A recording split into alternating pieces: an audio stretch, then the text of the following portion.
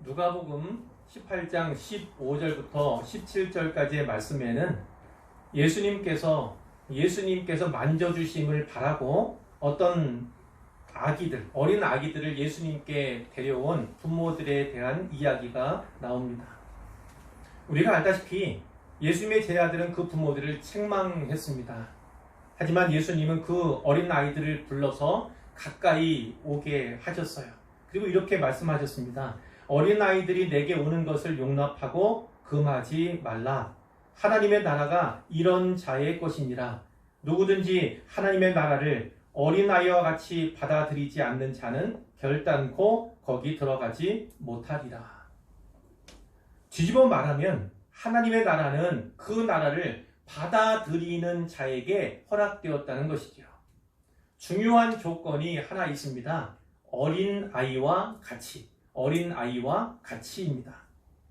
아이가 엄마 아빠를 의존하듯이 하나님을 절대 의존하는 자, 아이가 엄마 아빠와 그 말을 신뢰하듯이 하나님과 그분의 말씀을 절대 신뢰하는 자, 이 절대 의존과 절대 신뢰의 밑바탕에는 셈하지 않고 계산하지 않는 순수함이 있지요.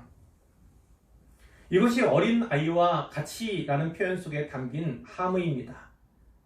이와 같은 마음과 태도로 하나님의 나라를 받아들이는 자만이 그 나라에 들어갈 수 있다. 이것이 예수님의 말씀입니다. 그 다음 18장 18절 이하의 말씀인데요. 어떤 부자 관리 이야기가 나오죠.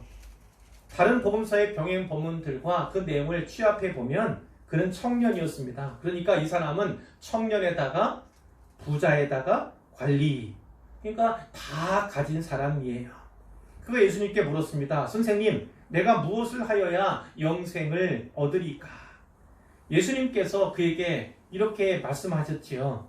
네가 계명을 안 하니 간음하지 말라, 살인하지 말라, 도둑질하지 말라, 거짓 증언하지 말라, 네 부모를 공경하라 하였느니라. 이 계명은 10계명을 말합니다. 예수님께서는 10계명 가운데 제5계명 이하, 즉 이웃과의 관계에 대한 계명들을 순서 없이 말씀해 주신 것입니다. 그런데 생각해 보니까 조금은 이상합니다. 영생은 구원을 말하고 하나님 나라에 들어가는 것을 말하지 않습니까? 하나님 나라에 들어가기 위해서는 무엇보다 하나님과의 관계가 중요한데, 우선이 돼야 되는데, 예수님께서는 10계명 가운데 하나님과의 관계를 규정한 제1계명에서 4계명까지를 말씀하시는 대신에 5계명 이하의 말씀을 주고 계신다고요. 그 관리가 여쭈었습니다. 이것은 내가 어려서부터 다 지켰나이다, 이렇게 얘기를 했어요. 그러니까 예수님께서 다시 말씀하셨어요. 내게 아직도 한 가지 부족한 것이 있으니 내게 있는 것을 다 팔아 가난한 자들에게 나눠주라. 그리하면 하늘에서 내게 보화가 있으리라. 그리고 와서 나를 따르라. 이렇게 말씀하셨어요. 그런데 성경은 그 사람이 부자이므로 이 말씀을 듣고 심히 근심하더라, 이렇게 기록하고 있습니다. 그는 심히 근심하며 돌아갔어요. 예수님께서는 그를 보시고 이렇게 말씀하셨어요. 재물이 있는 자는 부자지요. 하나님 나라에 들어가기가 얼마나 어려운지 낙타가 바늘귀로 들어가는 것이 부자가 하나님 나라에 들어가는 것보다 쉬우리라, 이렇게 말씀을 하셨습니다. 오늘 본문의 내용은요, 구원받고 변화된 자 삭개오 이야기입니다. 우리가 익히 잘 아는 말씀이죠. 이 삭개오 이야기를 앞서 먼저 나누었던 어린 아이와 하나님 나라, 또 영생에 대해 묻기 위해 예수님을 찾아온 부자 관리, 이 두 본문과 연관을 지어서 살펴보도록 하겠습니다. 예수님께서는 그분의 공생의 마지막 일주일을 남겨두고 예루살렘으로 향하고 계셨습니다. 몇 주 전에 살펴본 바가 있습니다. 예수님은 여리고 가까이에서 길가에 앉아 구걸하던 맹인 거지, 그 이름은 바디메오였지요. 그 바디메오의 눈을 뜨게 하셨습니다. 눈을 뜬 바디메오는 하나님께 영광을 돌리며 예수님을 따랐지요. 기적을 목도한 백성들이 다 하나님을 찬양했습니다. 이 기적을 행하신 후에 예수님은 여리고 성 안으로 들어가셨어요. 이 마을에 삭개오라는 이름을 가진 한 사람이 있었습니다. 그는 세리장이었습니다. 보통 세리가 아니라 세리들의 우두머리였다는 것이죠. 아마도 여리고의 세리장이었을 가능성이 큽니다. 그런데 이 여리고의 이 세관은요, 이스라엘의 3대 세관 가운데 하나였어요. 거기에 세리장이었으니까 지위가 높다, 이렇게도 이야기할 수 있겠습니다. 예수님 당시는 로마 제국이 세계를 지배하던 시대예요. 이스라엘도 로마의 지배를 받고 있었고, 로마는 점령한 지역들에서 많은 세금을 걷어들였습니다. 이 일을 위해서 고용된 사람들이 세리들이었던 거죠. 세리들은 동족인 유대인들에게 세금을 거두어서 로마 정부에 갖다 바치는 일을 했습니다. 사람들은 이들을 로마 정부의 하수인, 그리고 매국노쯤으로 여겼습니다. 증오와 경멸의 대상이었고, 종교적으로는 죄인 취급을 이들에게 했어요. 거기에다가 세리들 대부분이요, 정한 액수 대신에 더 많은 세금을 추징하곤 했어요. 로마 정부로부터 인센티브를 받기 위해서였습니다. 그리고 그 가운데 상당 부분을 자기 주머니에 착복했지요. 부당이득을 취했다는 말씀입니다. 삭개오를 설명하는 또 다른 기록은 그가 부자였다는 사실입니다. 부자라는 게 나쁜 것은 아닙니다. 하지만 부자 세리는 다르지요. 사람들은 그가 좋지 않은 부정한 방법을 써서 부를 축적했다, 이렇게 여겼을 것입니다. 그러므로 세리장 삭개오는 죄인 중에 우두머리, 즉 괴수였다는 거죠. 삭개오를 좋게 여기는 사람, 그와 가까이 하고자 하는 사람이 있었겠습니까? 그에 대한 사람들의 평판은 매우 나빴을 겁니다. 아마도 삭개오는 같은 세리들 외에는 친구가 전혀 없는 외로운 삶, 외톨이의 삶을 살았을 거예요. 그러던 어느 날 예수님께서 여리고에 오셨다는 소문이 들려왔습니다. 예수님은 이스라엘 전역에서 이미 유명 인사였어요. 모르는 사람이 거의 없었습니다. 거기에다가 바로 조금 전에 예수님께서 성 밖에서 바디메오라는 방인을 고쳐주셨잖아요. 맹인의 눈을 뜨게 하신 사건은 여러 치유의 기적들과는 특별함이 있습니다. 다른 것이 있죠.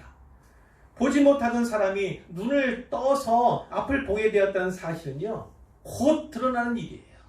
금방 실제적으로 쉽게 증명이 되는 일입니다. 여리고 사람들은 이 거지 맹인의 존재와 그의 삶에 대해서 익히 알았을 거예요. 그러니까 이 기적의 소문은 금세 성 안에까지 전해졌을 것입니다. 예수님께서 이미 유명 인사하셨던 데다가 따끈따끈한 기적의 소문이 더해지니까 여리고 거리에는요, 예수를 보기 위해서 수많은 인파가 쏟아져 나왔을 거예요. 세리장 삭개오도 예외는 아니었습니다. 예수님에 대해서 무척이나 궁금해하죠. 성경에는 그가 예수께서 어떠한 사람인가 하였다, 이렇게 기록되어 있습니다. 이 말은 그저 단순한 호기심을 말하는 것일 수도 있지만, 이어지는 그의 행동들을 고려해 보면 호기심 이상의 무언가가 있음을 우리가 알 수가 있죠. 짐작할 수가 있습니다. 삭개오는 예수님이 어떤 분이시라는 것 정도는 이미 들어서 알고 있었을 거예요. 그는 예수님을 직접 만나 본 적이 없었어요. 하지만 죄인과 세리의 친구로 불리던 예수님을 뵙고 싶은 마음, 그분을 사모하는 마음이 있었음을, 그에게 있었음을 우리가 짐작할 수 있죠. 그런데 이 사람은 키가 아주 작았습니다. 그의 키로는 앞에 서 있는 사람들에 가려서 예수님 일행을 전혀 볼 수가 없었어요. 어떻게든 앞으로 나아가고 싶습니다. 예수님을 꼭 한번 보고 싶어요. 이 마음으로 사람들 틈을 비집고 들어가 보려고 애를 쓰지만 쉽게 되지가 않습니다. 여의치가 않아요.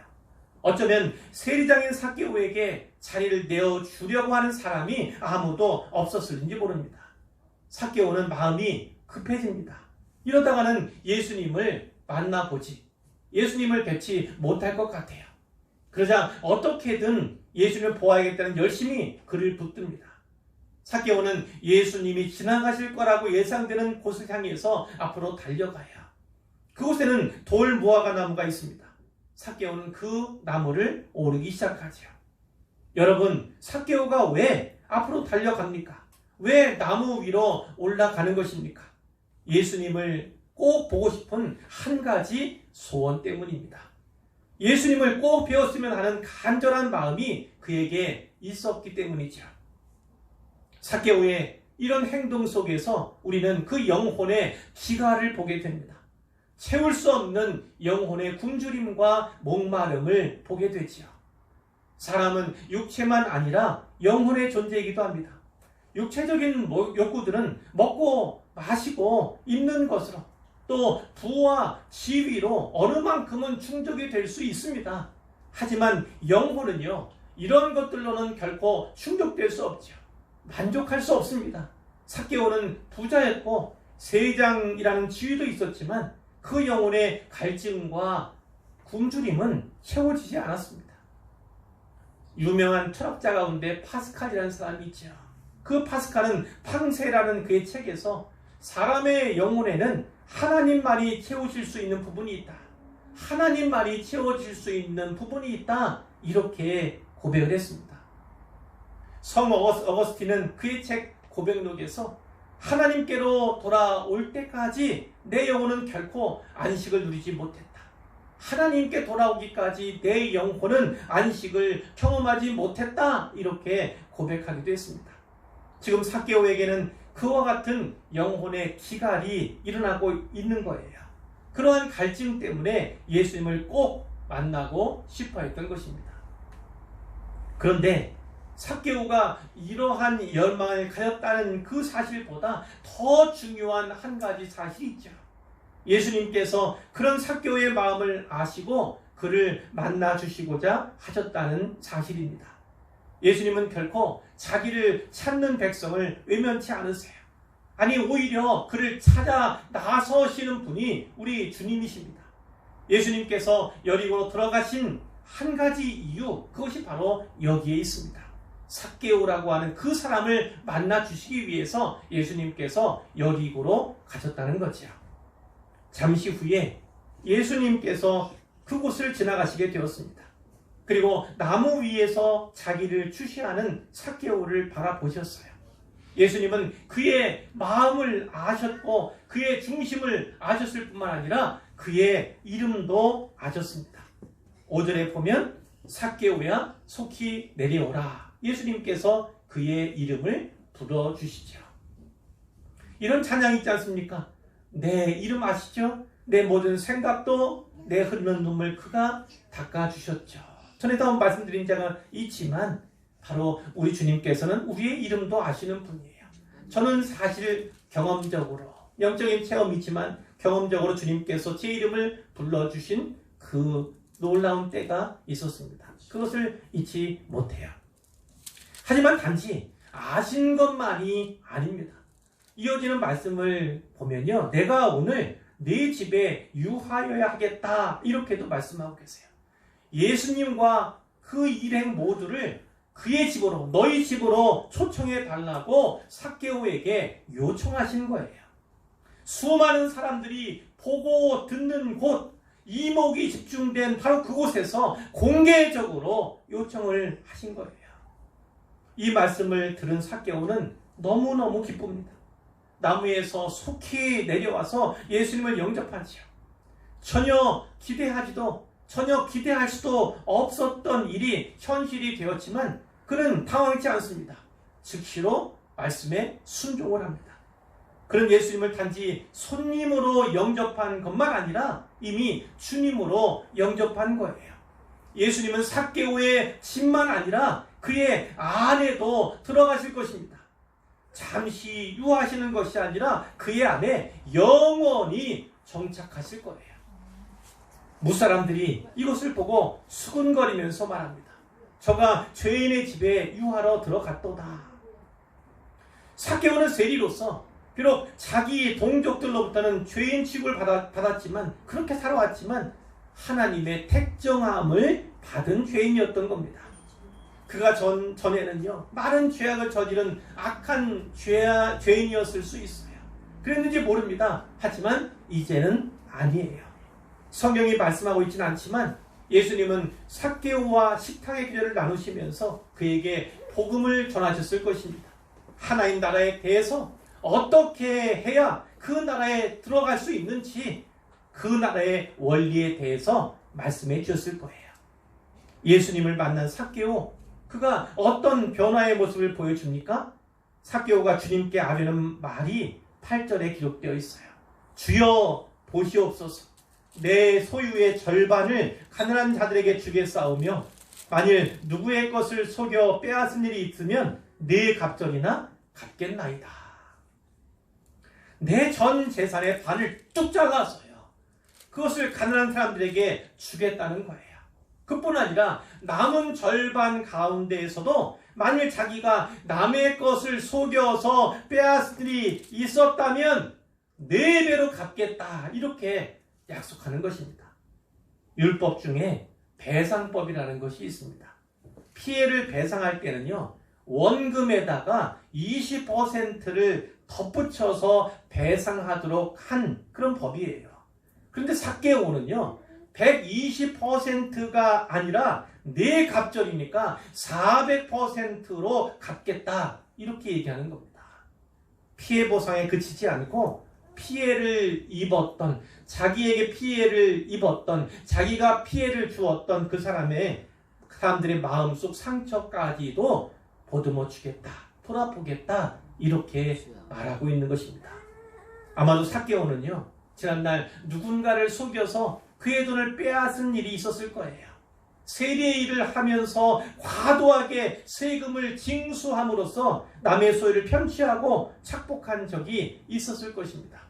그러나 주님을 만난 그는 이제 남은 재산의 절반이라도 헐 그런 마음의 준비가 되어 있어요.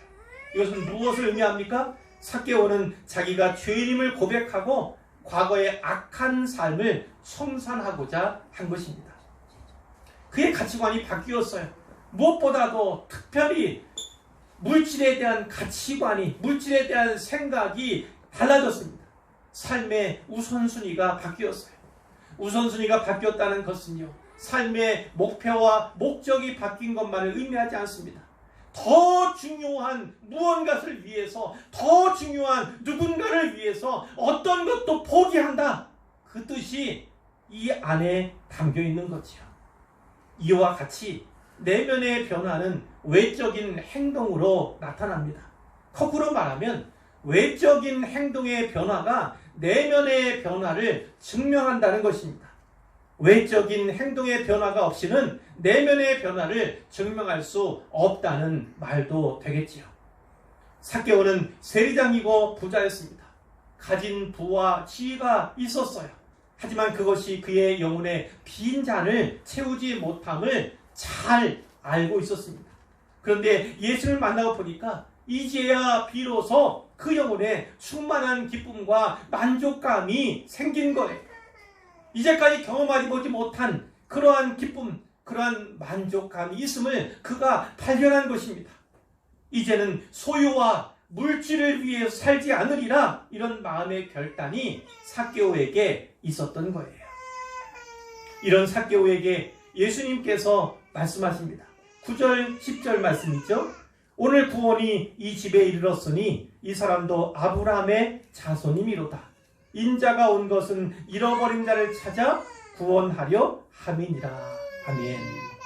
삭개오는 유대인이에요. 그러므로 혈통적인 의미에서는요, 그런 이미 아브라함의 자손이었던 겁니다. 하지만 삭개오는 하나님의 백성답게 살지를 못했어요. 손가락질 당하는 인생이었습니다. 다른 유대인들은 그를 아브라함의 자손으로 인정하지 않았어요. 하지만 이제 그는 구원받았습니다. 예수님은 이 사람도 아브라함의 자손이미로다, 이렇게 말씀하심으로써 삭개오가 구원받았음을, 혈통이 아니라 진정한 의미에서 아브라함의 자손이 되었음을 인정하시고 선포해 주신 거예요. 예수님께서는 인자가 온 것은 잃어버린 자를 찾아 구원하려 함이니라 이렇게 말씀하십니다. 사람들은, 유대인들은 이 말씀을 듣고 놀랐을 거예요. 아니, 아브라함의 자손 중에 어찌 잃어버린 자가 있을 수 있단 말인가? 이렇게 생각했을 거예요. 유대인들은 하나님의 선민인 자기들만 구원받을 거라고 생각했어요. 자기들이 구원받아 하나님 나라에 들어가는 그 일은요, 떼어놓은 당상찜으로 여겼어요. 하지만 사실은 그렇지 않지요. 누가복음 5장 31절 32절에서도 예수님께서는 이렇게 말씀하셨어요. 건강한 자에게는 의사가 쓸데없고 병든 자에게라야 쓸데있나니 나는 의인을 부르러 온 것이 아니요 죄인을 불러 회개시키러 왔노라. 아멘. 바로 그렇습니다. 예수님은 잃어버린 자를 찾아 이 땅에 오셨습니다. 의인이 아니라 죄인을 불러 회개시키러 오셨습니다. 삭개오처럼 잃어버린 자를 되찾기 위하여 죄인을 구원하기 위해서 이 땅에 오신 거지요. 아버지를 잃어버리고 본향을 잊어버리고 본적을 상실해버린 우리 인생을 위하여 이 땅에 오신 것입니다. 삭개오는 이제 주님으로 말미암아 그분을 만남으로 인하여 구원받고 변화된 성도지요. 여러분, 구원받고 변화된 삭개오가 세리장의 직책을 계속 유지했을까요? 아니면 내려놓았을까요? 그것은 확실치 않습니다. 성경이 더는 말씀해 주지 않습니다. 하지만 이것 하나만큼은 틀림이 없을 거예요. 그는 분명히 정직한 세리가 되었을 것입니다. 세례 요한에게 세례를 받고자 나왔던 무리들 가운데는 세리들도 있었어요. 그들이 물었습니다. 선생이여, 우리는 무엇을 하리까? 이때 세례 요한이 그들에게 말했습니다. 부과된 것 외에는 거두지 말라. 부과된 것 외에는 거두지 말라. 이렇게 얘기를 했어요. 삭개오는 최소한 이 말씀대로만큼은 준행하며 살았을 것입니다. 이제 말씀을 맺겠습니다. 삭개오 이야기는 우리가 설교 처음에 제가 말씀드렸던 그 본문, 어린 아이에 관한 교훈, 또 부자 청년 이야기와 깊은 상관관계가 있습니다. 첫째, 성경은요, 이 삭개오 이야기를 통해서 어린 아이와 같은 자가 누구인가? 누가 어린 아이와 같은 자인가에 대해서 말씀해 주시는 겁니다. 예수님께서는 하나님의 나라는 어린 아이와 같은 자의 것이다, 이렇게 말씀하셨어요. 누구든지 하나님의 나라를 어린아이와 같이 받아들이지 않는 자는 결단코 거기 들어가지 못하리라, 이렇게 말씀하셨습니다. 하나님의 나라는 그 나라를 어린아이와 같이 받아들이는 자에게만 허락이 되었다는 말씀이죠.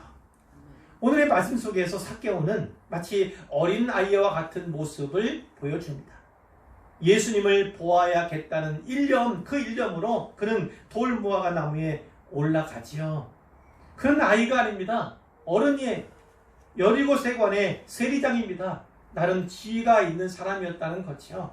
삭개오는 죄인 취급을 받던 사람이었어요. 그런 그가 나무 위에 올라갔다는 건요, 사람들의 이목을 끌 수 있는 일이에요. 자칫 비난받을 소지가 있는 일이에요. 하지만 개의치 않습니다. 마치 어린아이와 같이 한마디로 예수님께 꽂힌 겁니다. 꽂힌 그 일을 위해 하는 것이 어린아이와 닮았다는 거죠. 삭개오야, 속히 내려오라. 내가 오늘 네 집에 유하여야겠다. 예수님께서 그의 이름을 불러주셨을 때 삭개오는 급히 나무에서 내려와서 예수님을 영접합니다. 매우 즐거워하면서요. 그 장면을 우리가 연상할 수 있잖아요. 평소에는 늘 계산하기에 바빴던 그였지만 예수님 앞에서 그는 어린아이와 같습니다. 셈하지도 않고 계산하지도 않습니다. 예수님 만나고 나서 금방 변화된 모습도 그러하고 이것저것 재지 않고 자기의 결단을 예수님께 아뢰는 모습 속에서 어린아이와 같은 그런 모습을 발견할 수 있죠. 그가 전에는 동족에게 손가락질 당하는 인생이었지만 누구든지입니다. 하나님 나라를 어린 나이와 같이 받아들이기만 하면 누구든지 하나님 나라를 얻을 수, 그 나라에 들어갈 수 있는 거죠. 구원받을 수 있습니다. 예수님은 하나님 나라 천국을 이 땅에 가져오신 예수님을 어린 나이와 같이 찾고 받아들인 삭개오에게 하나님 나라, 즉 구원을 선물로 주신 것입니다. 저와 여러분도 어린 나이와 같이 삭개오처럼 주님을 절대 의존, 절대 신뢰하는 단순한 믿음을 가질 수 있기를 소원합니다. 둘째로 삭개오 이야기는 부자 관리 이야기에서 도출된 질문, 즉 부자가 어떻게 바늘길을 통과하여 구원받을 수 있는가, 이 질문에 대한 답을 제공해 주는 거예요. 부자 관원은 영생을 얻기 위해서는 무엇을 해야 하는지 물으며 예수님께 나아왔어요. 하지만 하늘의 보화를 약속받고 나를 따르라는 부르심을 받고도 심히 근심하며 돌아갔습니다. 그 이유가 무엇이었습니까? 그가 부자였기 때문이에요. 예수님은 그에게 내게 있는 것을 다 팔아 가난한 자들에게 나눠주라 이렇게 말씀하셨지만 그는 많은 소유, 많은 돈과 재물 때문에 포기할 수밖에 없었던 거예요. 반면에 삭개오는 내 소유의 절반을 가난한 자들에게 주겠사오며 만일 누구의 것을 속여 빼앗은 일이 있으면 네 값들이나 갚겠나이다 이렇게 말했잖아요. 우리가 자주 부르는 CCM 중에 내가 주인 삼은 이란 노래가 있지 않습니까? 내가 주인 삼은 모든 건 내려놓고 내 주 되신 주 앞에 나가. 내가 사랑했던 모든 건 내려놓고 주님만 사랑해. 이런 가사가 있는데 부자 관리의 인생과 그의 삶에서는 하나님이 주인이 아니었던 것입니다. 그는 도덕적으로는 완전했는지 몰라요. 그가 예수님 앞에서 자신 있게 말했던 것처럼 어릴 적부터 5계명 이하의 모든 이웃사랑의 계명들을 그는 잘 지켜왔을 것입니다. 하지만 그에게 계명 준수는 도덕이고 선행이었을 뿐 이웃사랑의 실천이 하나님 사랑의 또 다른 모습이란 사실은 깨닫지 못했던 것 같아요. 모든 인생은 오직 믿음으로만 구원을 받습니다. 도덕이나 선행으로는 결코 영생을 얻을 수가 없지요. 예수님은 부자 관리에게 그분을 따르는 것만이 영생의 길임을 애둘러 말씀해 주셨지만 그는 깨닫지 못했습니다. 그가 가진 많은 재물이 그에게 영생의 걸림돌이 됨을 아시고 내게 있는 것을 다 팔아 가난한 자들에게 나눠주라 말씀하셨지만 그는 예수님의 이 말씀을 수용하지 받아들이지 못했습니다. 그 이유가 무엇인지 아십니까? 재물이 그의 주인이었기 때문이에요. 재물이 그의 주인이었기 때문입니다. 그러나 삭개오는 달랐습니다. 삭개오 역시 가진 재물이 많은 부자였지만 그는 근심하지 않았습니다. 셈하지 않았다는 겁니다. 예수님을 주로 믿고 고백했어요. 오랫동안 그가 주인 삼았던 재물을 내려놓았습니다. 지난 과오를 회개하고 자복했어요. 재물이라고 하는 그 우상을 버리고 내려놓고 예수님을 선택한 것입니다. 예수님께서 부자 관리가 돌아가고 난 후에 제자들에게 이렇게 말씀하셨어요. 재물이 있는 자는 하나님 나라에 들어가기가 얼마나 어려운지. 낙타가 바늘 귀로 들어가는 것이 부자가 하나님 나라에 들어가는 것보다 쉬우니라.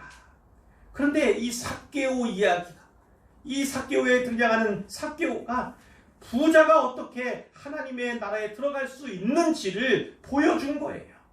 삭개오는 바늘길을 통과한 부자가 된 것입니다.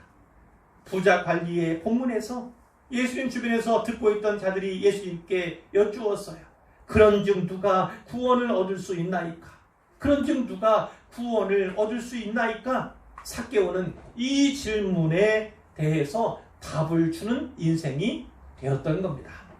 사랑하는 성도 여러분, 저와 여러분도 삭개오와 같이 그런즉 누가 하나님 나라에 들어갈 수 있는가? 어떻게 하나님 나라에 들어갈 수 있는가?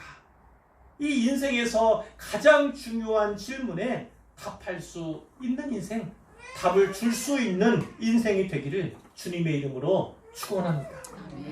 어린 아이와 같이 하나님 나라를 받아들이는 단순한 믿음, 변화된 모습을 통해서 오직 주님만이 내 인생의 주인임을 고백하고 증거하는 믿음, 이런 참된 믿음을 우리를 새롭게 하시는 하나님의 은혜로 말미암아 가질 수 있기를, 혹은 다시 가질 수 있기를 주님의 이름으로 축복합니다.